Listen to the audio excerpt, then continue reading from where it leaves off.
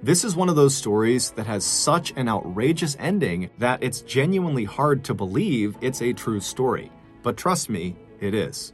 But before we get into today's story, if you're a fan of the strange, dark, and mysterious delivered in story format, then you come to the right podcast because that's all we do, and we upload twice a week, once on Monday and once on Thursday.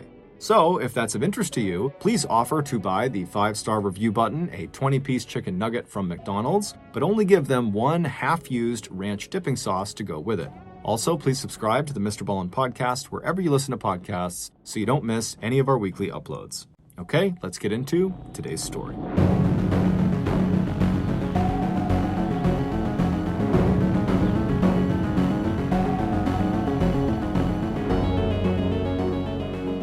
On a warm Nebraska evening in late September 2012, 36-year-old Dave Krupa left work feeling better than he had in weeks. He was thinking about the woman he had met that afternoon in the auto body shop where he worked. Dave had been helping another customer when this woman arrived, but as soon as he saw her, he completely forgot about what he was doing and just stared. Her name was Carrie Farber. She was 5'7" tall, she was slender and tanned with light brown hair, and she had hazel eyes and a dazzling smile. Dave had suddenly felt like he was right back in high school, all thumbs as he handed change to the customer standing in front of her. Then, Carrie stepped to the counter, gave Dave a friendly nod, and told him her black Ford Explorer needed some minor but immediate maintenance work. As they arranged for Carrie to bring her car right then into the service area, Dave had felt an instant sense of ease and attraction between the two of them. The last 6 months had been difficult for Dave, and unexpected moments like this one were very welcome. Dave had moved to Omaha, Nebraska from his home state of Iowa 5 months earlier in April after he and his longtime girlfriend Amy had both agreed it was time to end their 10-year-long relationship. And once he had arrived in Nebraska, he'd been offered a manager job at this Hyatt Tire auto body shop. The oldest of 3 brothers born to deeply religious Southern Baptist parents, Dave had worked hard at being a good boyfriend and provider and a great dad. He and his ex-girlfriend, Amy, had parted on friendly terms and worked out a custody arrangement so Dave could see their 2 children a couple times a week. But even so, his small, barely furnished apartment not far from the auto body shop had felt depressing. And since Dave had been in this very serious relationship for the last decade, he had arrived in this new city without any idea how to re-enter the dating scene. He had signed up for a dating website called Plenty of Fish within a few weeks of his arrival in town, and over the summer, he had in fact gone on maybe a dozen dates with several women he had met online. But seeing this woman, Carrie, in his auto shop was different. It was the first time in a long time Dave had met someone the old-fashioned way, through a chance in-person encounter rather than by surfing pictures and descriptions posted on the Plenty of Fish website. Now, as Dave walked away from the auto shop over to where his car was parked in the lot to head home for the night, he wished that he had just asked Carrie out on a date when he had a chance to earlier in the day. But at the same time, he thought to himself, it would have been unprofessional or maybe even inappropriate for him to be asking a customer out. And after all, maybe he had just imagined that the attraction he had felt was mutual. Dave climbed into his car, turned the key, and started up the engine. And as he pulled out of the lot, he thought to himself, maybe if Carrie was actually interested in him, she'd come back. 2 weeks after meeting Carrie, while Dave was scrolling through profiles on Plenty of Fish, he suddenly felt a rush of excitement. Right there on the screen in front of him was Carrie's picture. Her hair was a little bit different, but the eyes and the smile were the same. She was 37 years old, and she lived an hour away in her hometown of Macedonia, Iowa, and she worked at a computer programming company in Omaha, just a block from Dave's apartment. She was beautiful, and, most importantly, she was available. Dave remembered that sense of mutual attraction he believed they had felt in the auto body shop, and so he typed out a message. "Hey, I know you." He waited for a minute, then kept on scrolling through other profiles, but he wasn't really looking anymore. He was just hoping to hear the ping of an incoming reply. And he didn't have to wait long. "Hey," her text to him read, "I know you too." And over the next 2 weeks, Dave and Carrie would text each other almost every day. And then, about 1 month after Carrie's first visit to the Hyatt Tire auto body shop, she made a second visit, claiming that her windows were sticking. Standing next to each other in the parking lot, Dave did not even wait to write up the service order. He just immediately asked Carrie if she wanted to go out with him.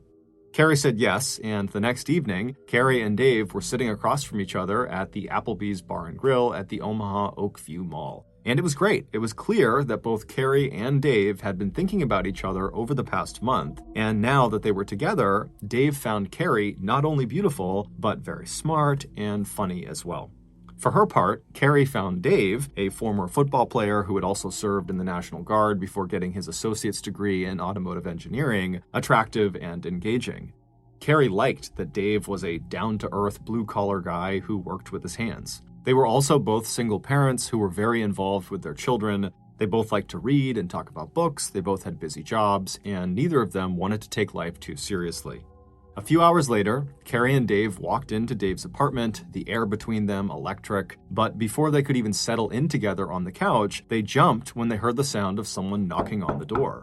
Annoyed, Dave got up from the couch and walked over to the door, and when he looked through the peephole, he wasn't all that surprised at who he saw standing on the other side. Her name was Liz Gollier. She was an attractive, energetic 37-year-old single mom who ran her own house cleaning business, and she was the first woman Dave had dated since he had arrived in Omaha. Liz and Dave had found each other physically attractive and had had some fun times together, but over the last couple of months, it was clear to both of them that their relationship was really just fizzling out. Earlier that night, while Dave was at Applebee's with Carrie, Liz had texted him asking if she could come by his apartment that evening and just pick up some of her belongings that she had left there. Dave had ignored her, and so wanting to get this over with, Liz had decided to swing by anyways. From Dave's perspective, Liz's timing could not have been worse, and he wished he had just responded to her earlier messages to tell her, hey, come by another day, but he didn't, so here they were in this awkward situation. Before opening the door, Dave turned and briefly explained the situation to Carrie, who was still on the couch, and Carrie appeared to handle the situation well, and she stood up like she was going to leave. Dave then proceeded to open the door and said hello to Liz, and Liz, who saw Carrie, instantly recognized the situation she had just interrupted, and so she turned red in the face and she apologized, and then she just kind of stood there in the doorway not doing anything. Carrie grabbed her bag and looked over at Dave and said, "Give me a call when you get this sorted out," and then she walked out of his apartment. Neither woman acknowledged the other. However, Liz thought she heard Carrie say, "bitch," under her breath as she passed her. Once Carrie was gone, Dave told Liz to come inside, get your things. Liz felt horrible and kept apologizing as she moved around the apartment, getting what she needed, but Dave really wasn't listening to her. He just wanted her to leave so he could call Carrie and see if they could maybe still meet up that night. Dave had always been right up front with every woman he dated. He was only interested in casual sex and general companionship. He was not interested in getting married, ever. And in fact, this was the main reason why he was here in Omaha and not back in Council Bluffs, Iowa. His ex-girlfriend, Amy, had finally said to him that if he was not going to propose to her, he needed to leave. And so Dave left. After Liz finally had all of her things, she said a quick goodbye to Dave, and then she too hustled out the door. As soon as she was gone, Dave shut the door and then pulled out his cell phone and dialed Carrie's number. Carrie's 14-year-old son, Max, was staying overnight out of the house with Carrie's parents, so when Dave asked Carrie if it was still early enough for him to maybe come over, Carrie immediately said yes. Once Dave arrived, the two of them quickly became intimate, but before heading to the bedroom, it was Carrie, not Dave, who stepped back and said that he should know up front that she was not interested in a serious or exclusive relationship. Dave could not believe his luck. He felt like he had hit the jackpot. Over the next week, Carrie and Dave saw each other every chance they got. Carrie stopped in at Hyatt Tire, Carrie asked for Dave's help in finding her son a used car, Carrie took Dave thrift shopping and started to upgrade the furnishings in Dave's apartment, replacing his broken-down couch with a comfortable silver love seat. And then, when that week was at an end and Carrie got a big assignment at work, she eagerly accepted Dave's offer to live at his apartment for the following week so she could save 2 hours of commuting time each day. Carrie's son Max would stay with his grandparents. That week they lived together, Dave and Carrie quickly began using pet names for one another, and every morning while he was getting ready for work, Dave would find himself smiling as he listened to the sound of Carrie typing and clicking away on her laptop as she checked her email and Facebook account in the other room. On the morning of November 13th, 2012, so just a couple of days into living together in Dave's apartment, Dave got ready for work and then walked over to Carrie, who was still wearing her pajamas and was sitting on the silver love seat she had picked out for him. He gave her a kiss, which she enthusiastically returned, and then he smiled at her and said that he would see her later on, and then he stepped out into the cold.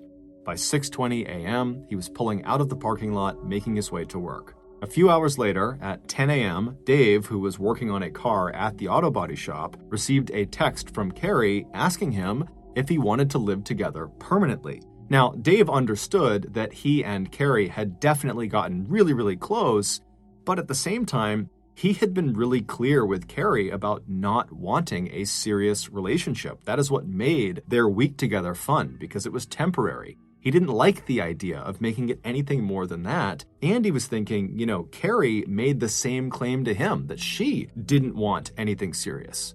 And so he responded to her very quickly with a text that just said, "No, not interested," thinking he would talk to Carrie later when it wasn't so busy at work.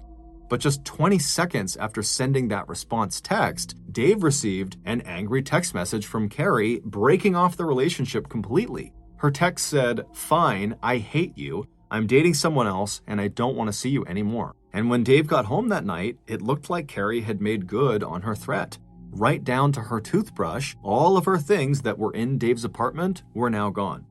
Dave was shaken, but it didn't take long for reality to set in. He'd been on dates with other women who had agreed, in theory, to casual, non-exclusive relationships, only to change their minds after a couple of dates. And so this seemed like that type of situation that, Carrie was revealing how she actually felt. And so it wasn't long before Dave's shock gave way to relief. It was probably for the best that this ended now. But it turned out that Carrie was not done with Dave, at least not yet. Within 2 days, Dave's phone started blowing up with texts and emails from Carrie. She may have taken her things out of Dave's apartment, but it was instantly clear that she was not going to leave him alone. At first, the messages were angry and jealous. Carrie hated him. He had ruined her life. He was a terrible person. And even though Carrie told him she had quit her job at the computer company, which was down the road from Dave, it was clear from some of these text messages that she had to still be close by. One very creepy text Dave received said, "My favorite thing to do is to stand outside and stare at you." It wasn't long before the tone of these messages and emails shifted from vindictive and insulting to blatantly threatening. "I hate you so much that I want to drive a knife into your heart," read one message. "I will destroy your life and take your happiness," read another. And more of the texts seemed aimed not only at Dave, but also at Liz, the woman who had shown up at Dave's place on the night of Carrie and Dave's first date. One text Dave received from Carrie said, "Liz was a fat, ugly whore who deserved to die." And not long after that, Liz would actually call Dave to tell him that Carrie was sending her directly these vulgar and threatening text messages and emails. Within 2 weeks of the breakup, Dave and Liz were receiving dozens of texts and hang-up calls, as well as 50 or more emails every single day from Carrie. By November 23rd, 10 days after the breakup, Liz had had enough. She had walked into her garage that morning only to find the words "whore from Dave" spray painted on the wall. Liz immediately contacted the Omaha Police Department to report the vandalism, along with her suspicion that Carrie Farver was the person behind the property damage, given the harassing messages she and Dave had been receiving. But the police really couldn't do much about it because they couldn't find Carrie. After she broke up with Dave on November 13th, she had vanished. It was believed she was in hiding somewhere to avoid being arrested for all of the stalking she was doing. So the texts and emails just kept coming in, including disturbing messages that sounded like this. "Dave, I can see you. You're sitting in your chair with your feet propped up. You're wearing a blue shirt."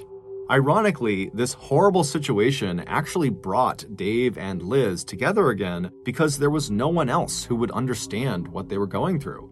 They had tried to get the police involved, but there just wasn't much they could do, and so Dave and Liz had just begun to accept that this was their life. And while it might seem unimaginable to other people, to them, it had just become a new and horrible kind of normal. It was not uncommon for them to be sitting on the couch together when they would both suddenly receive a barrage of text messages from Carrie. Meanwhile, the Omaha Police Department wasn't the only law enforcement agency that had been made aware of Carrie Farver. I'm Colin Murray. And I'm Ennis James. And if you thought we'd already covered the wildest sporting stories on Everything to Play For, well, think again. Yes, we're bringing you weekly bonus episodes where we dive into the sporting stories that really connect to at least one of us. So expect brilliant sporting stories and also tangents that nobody asked for. That's right, the things that we were reading about when we were very young that we've continued to read about, the stuff that really motivates at least 50% of this partnership. If you want more laughs, stories and more of us going on script, be sure to follow Everything to Play For wherever you get your podcasts. Are yours going to be all about Wales? Yes. Okay. Hey, it's MrBallen here, and I am so excited to tell you all about a brand new podcast from Ballen Studios called Redacted, Declassified Mysteries, and it's hosted by the incredible Luke LaManna. From covert government experiments to bizarre assassination attempts, Redacted dives deep into the astonishing true stories of uncovered secrets, lies, and deception within the world's most powerful institutions. Stories like the mind-bending truth behind Operation Paperclip, where former Nazi scientists were smuggled into America to advance US technology and intelligence during the Cold War. Or the shocking story of Charles Manson and the CIA, revealing how a notorious cult leader might have been entangled in a web of covert operations. Trust me when I tell you, the stories are real and the secrets are shocking. Be sure to follow Redacted Declassified Mysteries with Luke LaManna on the Wondery app or wherever else you get your podcasts. On November 16th, so that's 3 days after the breakup, Carrie's mother, Nancy, had filed a missing persons report with the Macedonia Police Department in Iowa. When the police eventually followed up on the report by talking with Dave, Dave felt like he finally understood how Carrie, who had seemed so put together and independent when he had first met her, could have changed seemingly overnight into this crazy stalker person. The police would tell Dave that Carrie had a mental health condition called bipolar disorder, which can cause violent and sudden mood swings and bouts of depression, alternating with episodes of mania where its sufferers behave in erratic and unpredictable ways. But despite that adding some clarity to the situation, it didn't actually do anything to help Dave or Liz. They were still just getting non-stop harassed by Carrie. No matter how many times they changed their phone numbers and opened new email accounts, Carrie, with her vast knowledge of computers and technology, always found a way to find them again and continue cyberstalking them. As for Carrie, since going missing on November 13th, she had blown off a family wedding, her son's birthday, and even her own father's funeral, apologizing by text and email to her family, but asking that they leave her alone because she needed some space. In January 2013, so a couple of months after the breakup, Omaha police thought maybe they'd gotten a break in the Carrie Farber case when Dave spotted her black Ford Explorer in a parking lot near his apartment. But the inside of the car was wiped clean, and the only item of interest was a metal container of mints with a single fingerprint on them that did not match with that of any known criminal.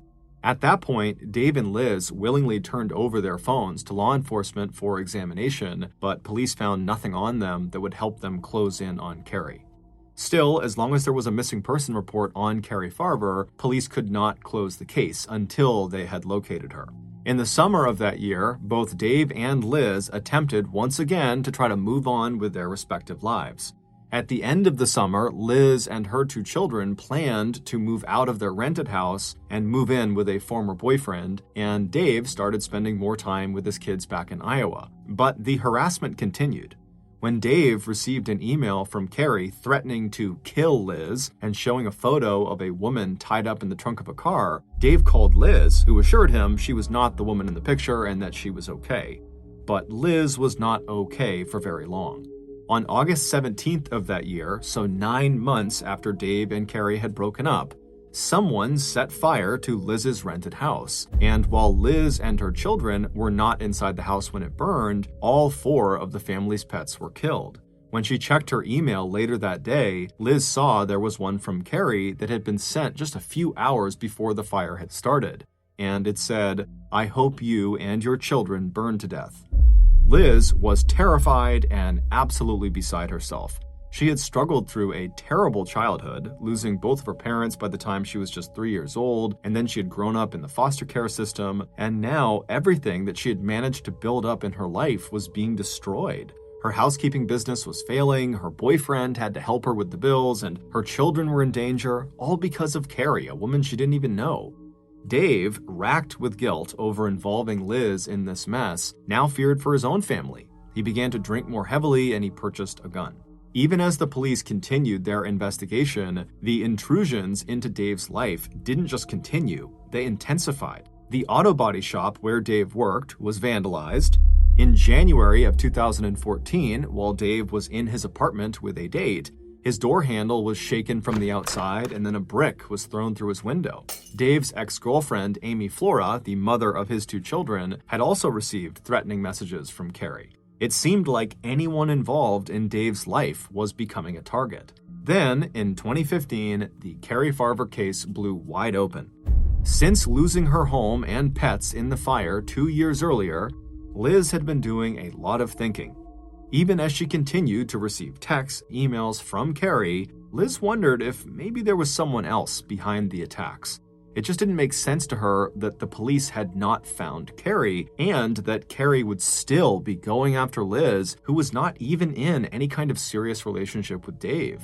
So on December 4th of that year, Liz got in her car and drove to the Pottawatomie County Sheriff's Office in Council Bluffs, Iowa, and there she told a new team of investigators who had already started to review all of the files in the Carrie Farver case that she wanted to file a restraining order, not against Carrie Farver, but against Amy Flora, Dave's ex-girlfriend and the mother of his kids.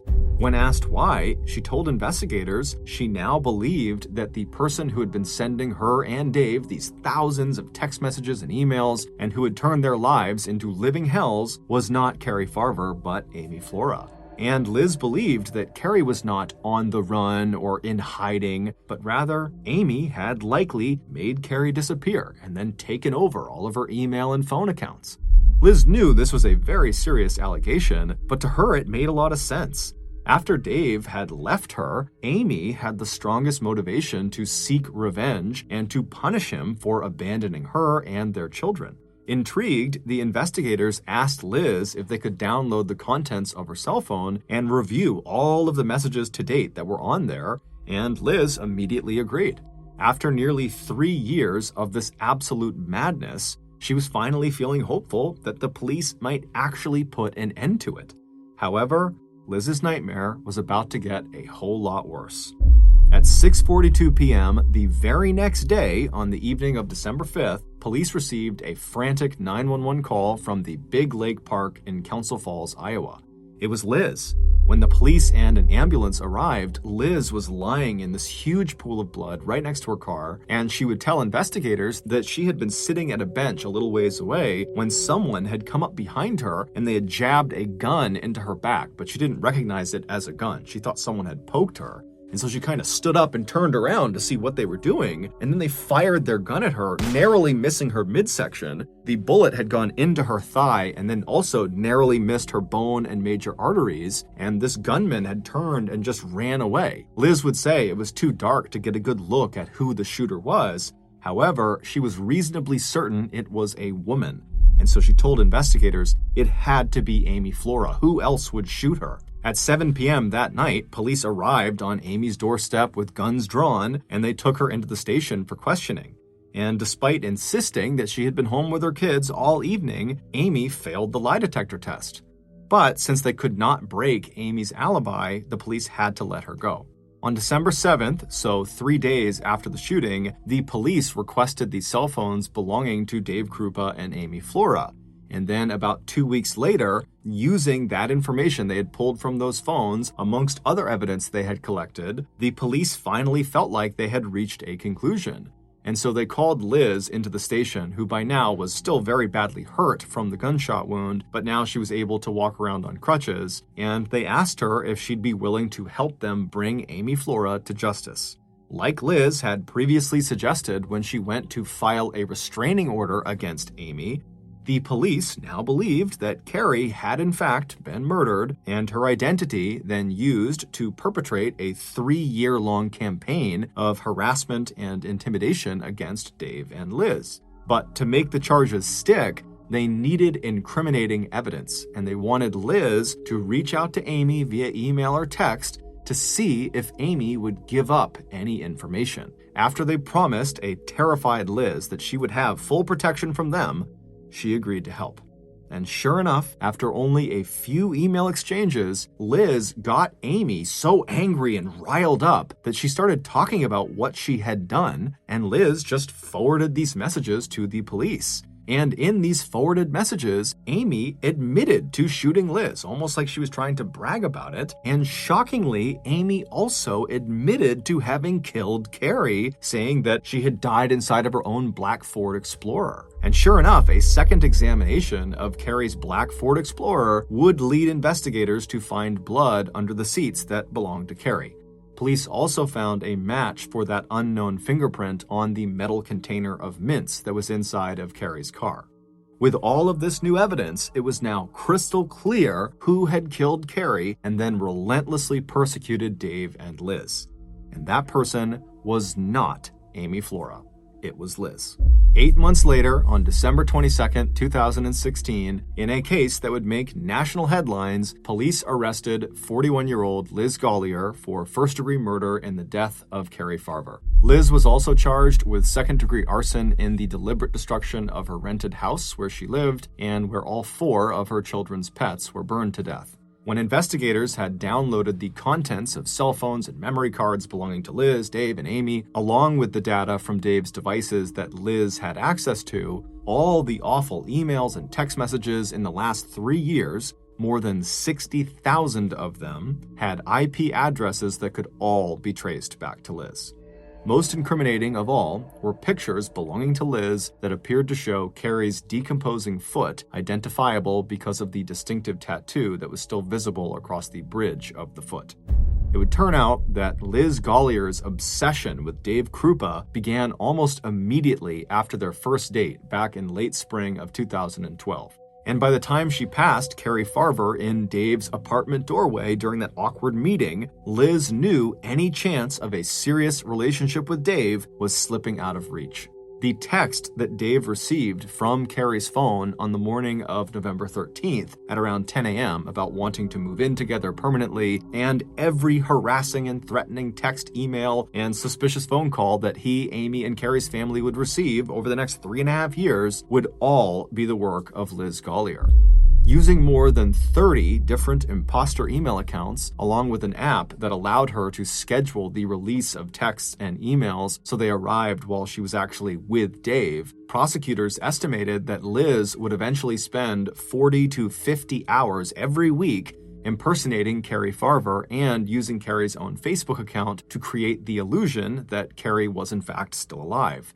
The ongoing drama would force Dave to reach out to Liz, and every time he began to pull away, she would just ratchet up the pressure and guilt Dave for bringing Carrie into Liz's life, first with acts of vandalism like spray painting her own garage wall, and later with more violent attacks, setting fire to her own home, throwing a brick through Dave's apartment window, vandalizing the auto store, and then finally shooting herself in the leg. When Dave showed a renewed interest in his ex-girlfriend Amy and told Liz he planned to move back in with her in 2016, Liz made a last-ditch attempt to derail that romance and divert attention by framing Amy for the crimes Liz herself had committed. But by late 2015, Liz would get hopelessly entangled in her own lies.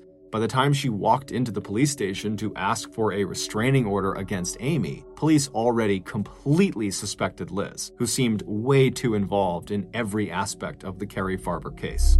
Even though Amy had failed the lie detector test when she was questioned about shooting Liz, Amy was actually never a serious suspect, and her alibi was unbreakable. But by pretending to ask for Liz's help in incriminating Amy, police were able to push Liz into revealing her own deceptions. Although Carrie's body was never found, the evidence and testimony presented by prosecutors at Liz Gollier's trial paint a sad and grisly picture of Carrie Farver's last moments. 3 years earlier, after Dave had kissed Carrie goodbye and stepped out into the cold morning air of November 13th, 2012, Carrie would finish her coffee, close up her laptop, and get herself ready for work. Once she was ready, she too stepped out into the cold morning air to head into her office. And when Carrie got into her black Ford Explorer in the parking lot, Liz Gollier, who likely had been hiding and waiting nearby, just waiting for Carrie to come outside, rushed over to her vehicle and somehow convinced Carrie to let her get inside with her. And then shortly after Liz was in the passenger seat, she pulled out a knife and reached across the center console and stabbed Carrie repeatedly in the stomach, at least 3 or 4 times. It's believed Carrie knew she was going to die and began pleading with Liz to allow her to call her family to at least say goodbye. But Liz just said no and restrained her until she bled to death. Afterward, Liz took Carrie's keys and went into Dave's apartment and took all of Carrie's things out so it would look like she had left him. And then Liz drove Carrie's car with Carrie's body inside of it to some unknown location where she pulled Carrie's body out, burned it, and then disposed of it in a dumpster. Then Liz wiped Carrie's car down to remove any evidence. However, she didn't realize she had left lots of Carrie's blood underneath the seats, as well as her own fingerprint on that mint can.